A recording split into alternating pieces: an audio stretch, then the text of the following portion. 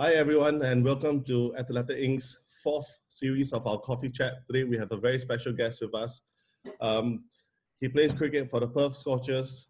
He played in the IPL last year for the Mumbai Indians, and he's also represented Australia in the World Cup. We have superstar cricket player Jason Behrendorff with us today. Welcome to the show, Jason. Thanks, Carl. Good to have you on. How's everything going along now in Perth for you? Yeah, thanks. Appreciate it. It's great to be on board and nice to see your smiling face as well. It's been a little while. So, things are going okay here in Perth. As you can see, there's some beautiful sunshine around at the moment here. So we're very fortunate that the weather's been good for one, and things are now starting to get a little bit more back to normal. So, myself, we're actually starting to train as of next week as a squad. Like, we'll be in small groups, but able to start that again, and life is starting to look a little bit more normal or what we're used to, which is nice. That's good to hear. All right, we're going to start with a topic that might be a little bit uncomfortable for you. I know at the beginning of this year, you underwent a major surgery on your back. Tell us a little bit more about that. How you're going through, or how you went through training and physiotherapy and rehab, during this period, especially since I don't think you had access to a physio. Just run us through that a little bit. Yeah, so I had a surgery on my back in October last year. So what they did was, I've had chronic stress fractures in my back for the last sort of 4 or 5 years. And I got to a stage where we'd done all the rehab and we did everything right to get it working, and it worked for a period of time, but then it would continually break. So we needed to find another option. And a few guys, in particular, a few Aussies in the last few years have had this surgery over in New Zealand. So I had to get it done in Christchurch.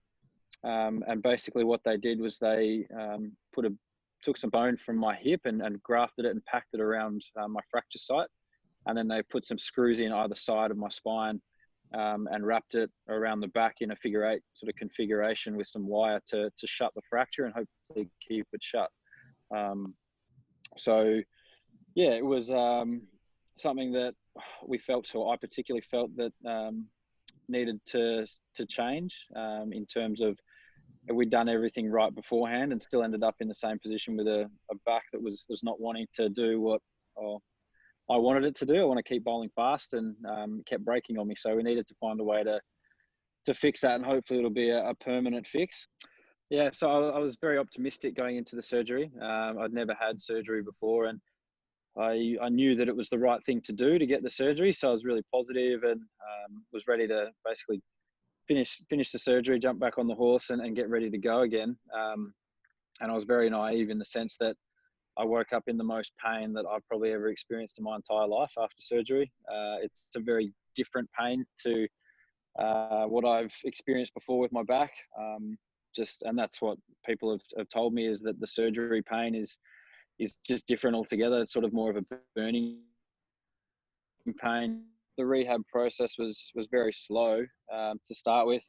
But in saying that, I was able to stand and walk around that first afternoon. So I had surgery in the morning and I was walking in the afternoon. Yeah, and so got back to Perth about a week after having surgery in Christchurch. And probably that first couple of months was really slow. So just gradually doing some walks to start with, continuing that from what I started over in Christchurch. And it was a really slow build up. So it was a lot about pain management. And then in terms of just general movement and range of motion and getting my body to understand that it can move again, because the surgery made everything around it so stiff and so aware. So that was something that took a long time for my brain to actually compute and go, yeah, it's okay. We can move back into this range, and we can start to move in the ways that we have done in the past. And the big thing for me, and it still is to an extent, is the forward flexion. So forward flexion took a long time to get any sort of decent movement out of that. But I'm now, what am I now? Probably about 8 months down the track, 7-8 months down the track. And things are nearly back to normal, but there's still things that take a little bit of adjusting, and some movements that are still not exactly the same potentially as they were, but it's a case of actually figuring out what's going to be normal from now, because it's never going to be exactly the same. I've got some screws and some wire in my back, so that's probably going to change something somewhere. Yeah.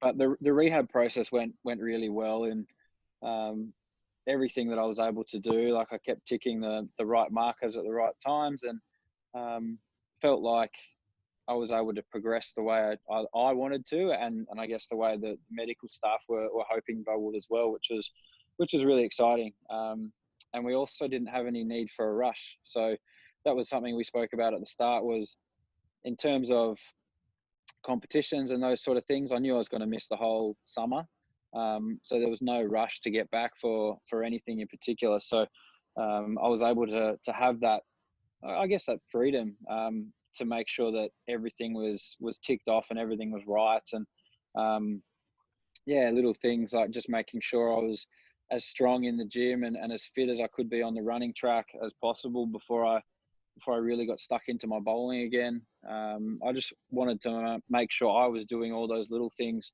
so that I knew in my mind that I was 100% ready to go when I started again. And I'm still going through that rehab phase now. So I've had a little bit of time off at the moment because of everything going on, and just using this little bit of a period to refresh again.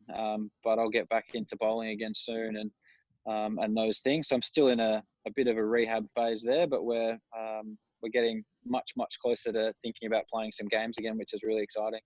That's good to hear. I mean, we can't wait to see you back in action again. All right, thanks for Yeah, that. I can't wait. Yeah, let's go back a little bit. Tell us more about how you got involved in cricket. When you first started, were you playing any other sport, or were you just started off with cricket all the way? Yeah, I've always loved cricket. So I grew up watching it on TV, and I've got a younger brother, so we played in the backyard a fair bit, and a lot of my mates at school like cricket. So we played a lot of it. But I also was very fortunate to play a few other sports. So I played Aussie rules football, so AFL, for quite a few years. I really enjoyed that, and I still do enjoy it. Not allowed to play it, obviously, as well as cricket, but really enjoy it. And tried my hand at quite a few things, to be fair. So played a little bit of soccer growing up, a bit of basketball, like I mentioned, AFL. So cricket and AFL were my main two.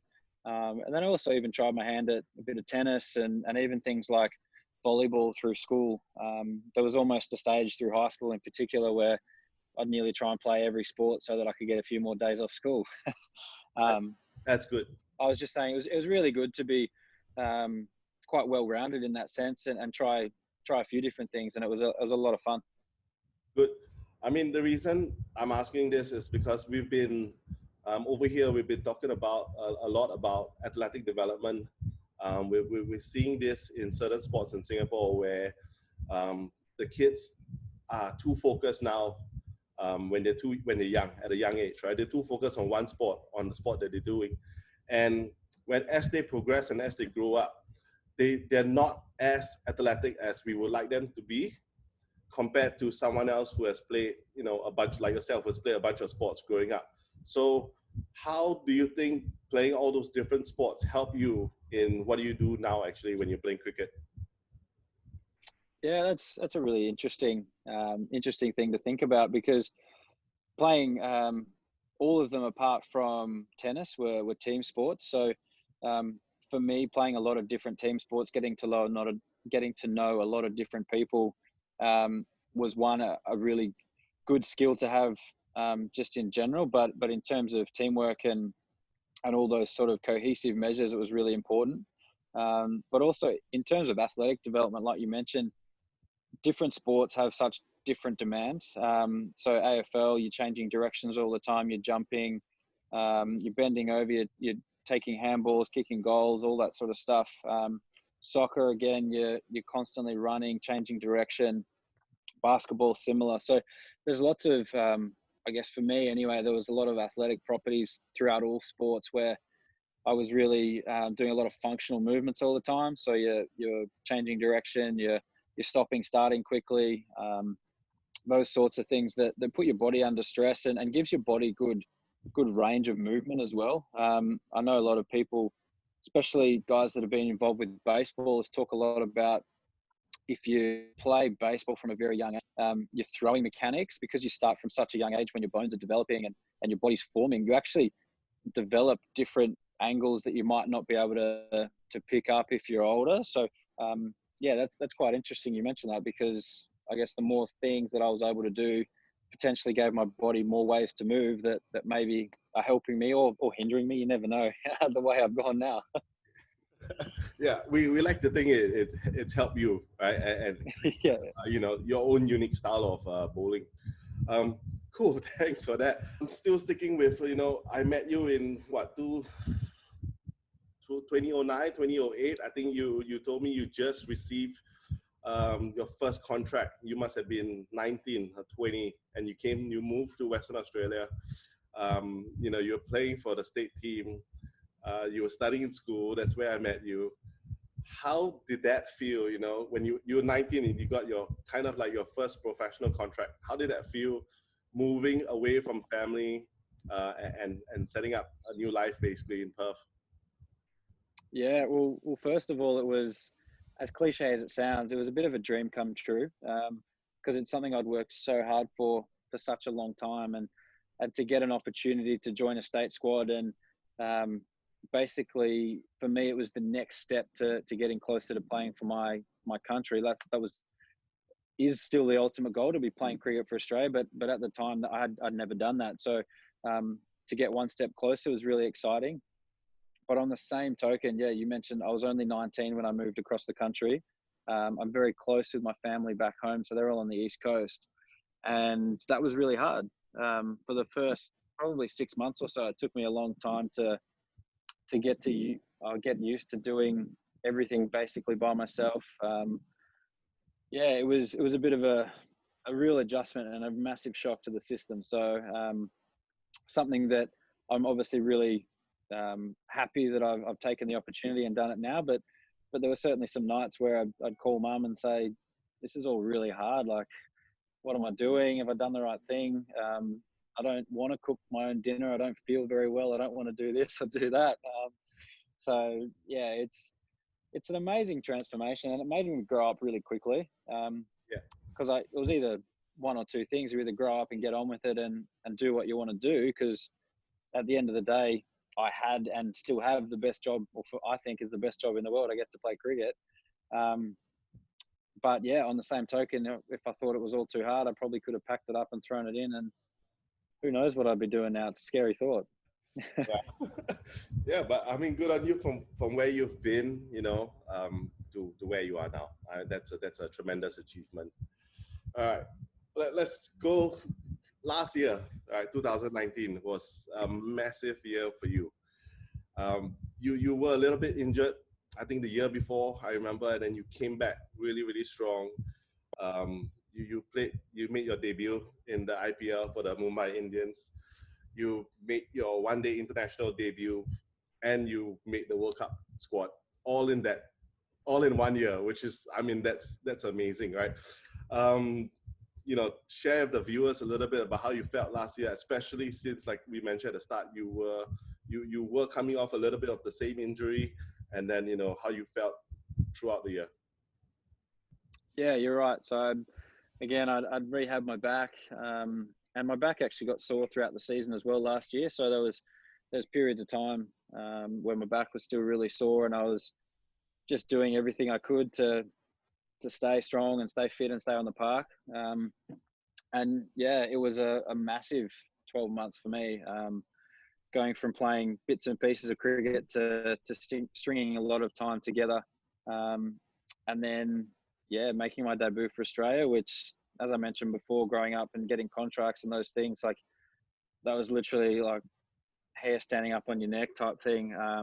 Those moments are things I'll never forget. And I was very fortunate to have my cap presented to me by one of my cricketing heroes in Glenn McGrath. Yeah. So that was really special.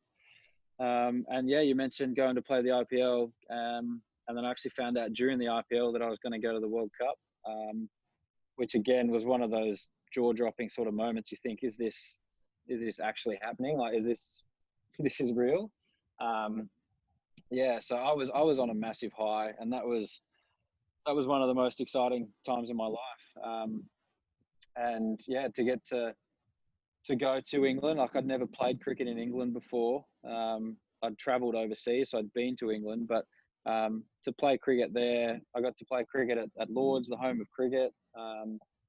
So we played, the first game I played there was against England, and that was one of the biggest tournament games that we had throughout the round games, which we're beating England, who ended up going on to win the tournament. So yeah, that was a surreal experience. And the other thing for me now as well is actually I was able to have my family there with me. So Javel, my wife, and my son Harrison were there, and also my mum and dad were able to come over. So sharing those experiences with them, like for mum and dad who've been there through thick and thin, through absolutely everything from my career, from driving me to practice when I was young to watching me grow up and providing everything for me, to my beautiful wife and son who were able to come and experience it as well, which means the world to me. It's more than me, which is something that now having a family I can really understand. And so those things, seeing them after the games, or even seeing their faces, they might have popped up on TV here or there or whatever it might have been. It's just, yeah, it was really special.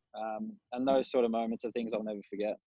Yeah, I mean, when you're playing at such a big stage, you know, and the World Cup, that's the biggest stage for you, and to have your family there, like you said, who supported you, you know, throughout all these years, must have been such a beautiful moment for you. Now we're gonna stay on this topic a little bit because since you've spoken about the World Cup, that's gonna be my next question. I mean, in that game against England, you got 5 wickets, right, which is one of the most. Tell us what went through your mind, you know, starting, you know, as you got the first wicket. Was that your second game in the World Cup in the series, or was that your third game? Yeah, second game, I'm pretty sure from memory. So, Yeah, how so did you feel playing against England? You know, selected to play against England at the Lords, and then taking those 5 wickets. What went through your mind? yeah, it was another one of those moments that again are a bit surreal. You're playing cricket at Lords against England. So I'd never been to Lords before, never stepped foot on the ground until the first time that we trained there a couple of days before the game. So the big thing for me was it's another game of cricket. So not trying to sort of think too much about it, about being at Lords, the historic place that it is, and the amazing cricket ground. But it was about doing the job. I got picked to come into the team, and I got to open the bowling, which is one of my strong suits. And yeah, got to bowl the first over of our innings. And the biggest thing for me was keep my routine and keep everything simple, and know that I've done the work, and everything I've done before that would take over, and I'd not be on autopilot, so to speak, but to have those commonalities from everything I've done, where if I played in Australia or overseas, it didn't matter. I was playing another game of cricket. So to be super focused on the task and knowing what my role within the team was, and that was to look to take early wickets. And I was very fortunate that I think it was the second ball, I got a wicket, and then yeah, it sort of flowed on nicely from there. So it was one of those things throughout the day where I felt like I tried a few things and they came off. Some days they don't, but that day I felt like everything pretty much worked, which was nice. And yeah, I got to bowl at different stages throughout the innings. So something that I'd worked a lot on is bowling throughout the middle and later overs of the game, because everyone knows, and I know within myself, that I can really do a great job up front with the new ball. Yeah. But then getting an opportunity to bowl throughout the middle of the innings, work on some variations that I'd been working on, and do those other little things, and to take, yeah, like you said, to take 5 wickets is a very special thing as a fast bowler, or as a bowler in general. And yeah, to do it at Lords against England in a World Cup, yeah, I don't think I've had too many better days on a cricket field, to be fair.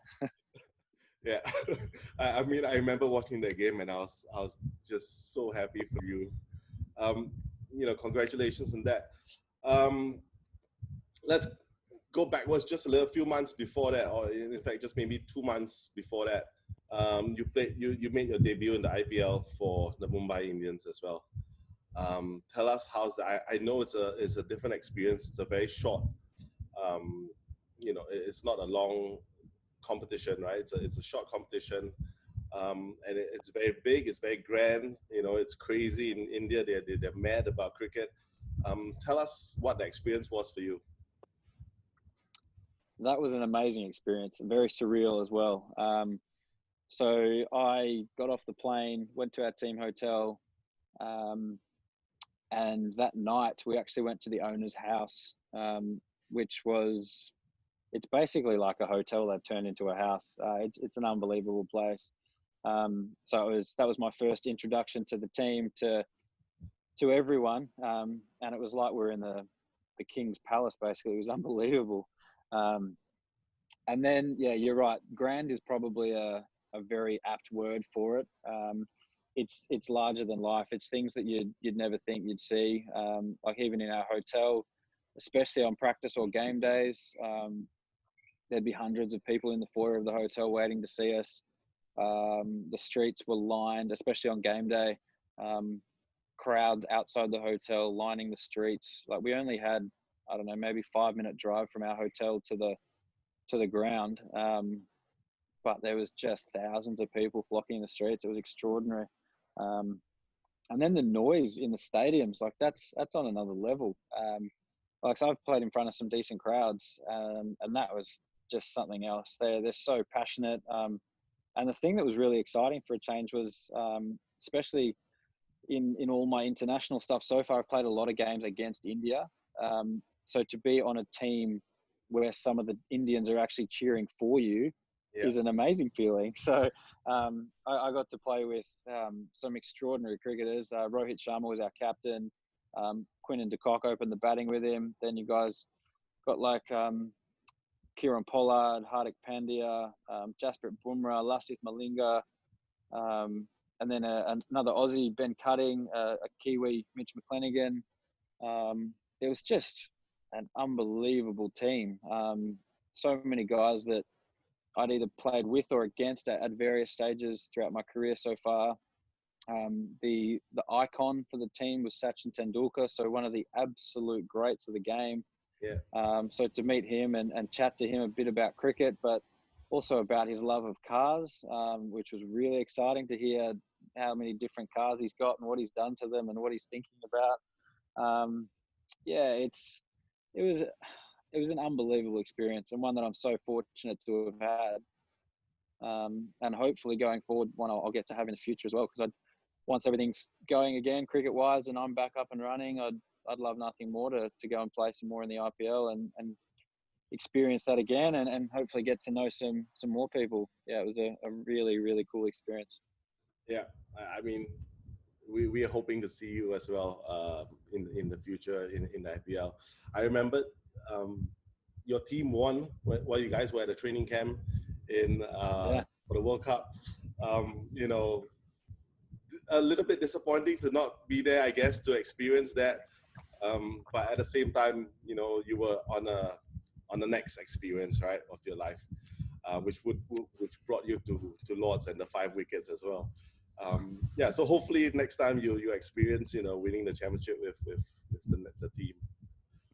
Yeah, that'd be nice, because it's a very special thing to win a title, because it certainly doesn't come around every day. But I was watching on my iPad. We were in Turkey at the time, in Gallipoli, so I was watching on the iPad, making sure that everything was going to plan, which it did. So the boys had a great win, and like you said, though, I was on the next task basically. So that was our little camp before we got to England, which was a very special time as well. So we got to do a lot of things that I think a lot of Aussies would love to experience, going to see Gallipoli, Anzac Cove, see what the Anzacs were faced with all those years ago. So that was a very special experience as well. Yeah, I remember watching that on the series, The Test. and I saw all the emotions coming out from all the players. So yeah, really, really must have been such a beautiful experience as well. All right, um, a little bit off topic now. We're going maybe a little bit to the future.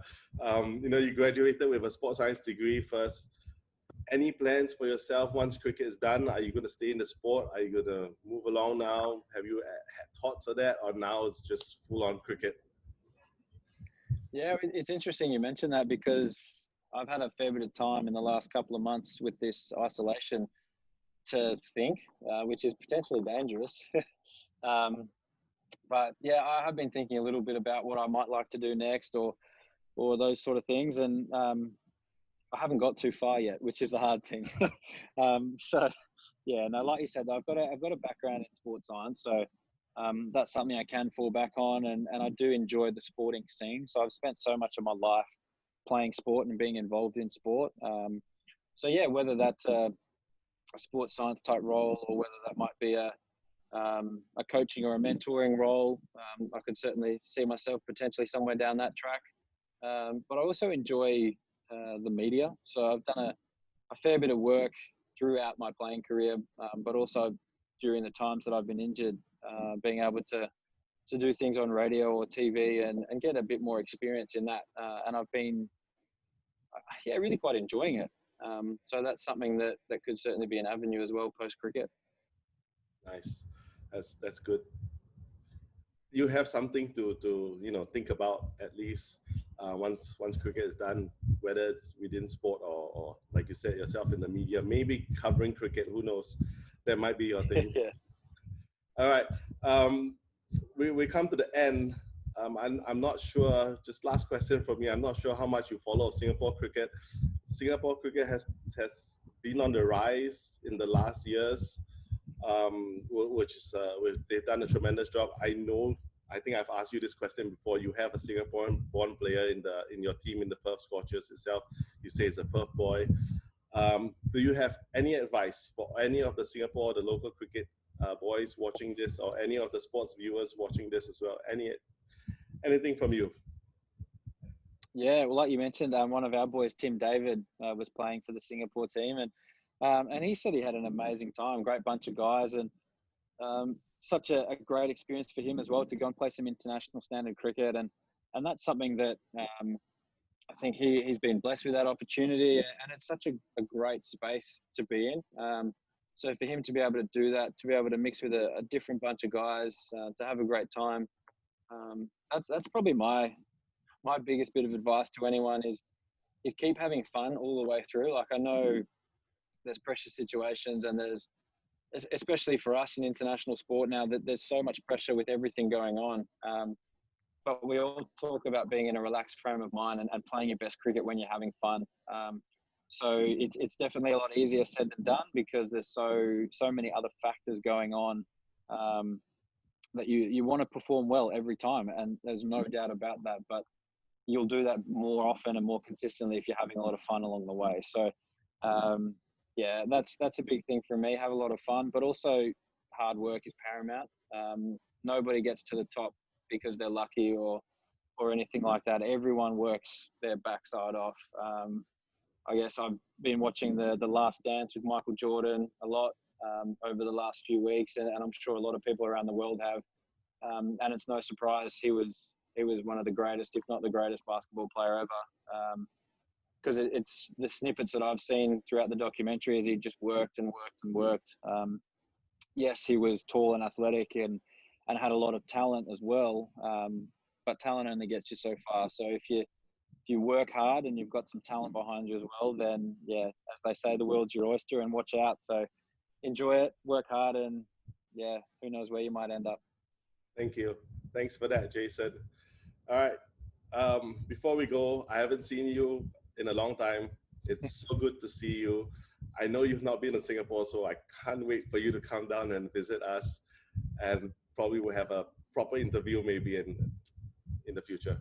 Take care. All the best in your rehab, and in the future, we hope to see you on TV, winning games and getting wickets soon again. Thanks, Jason.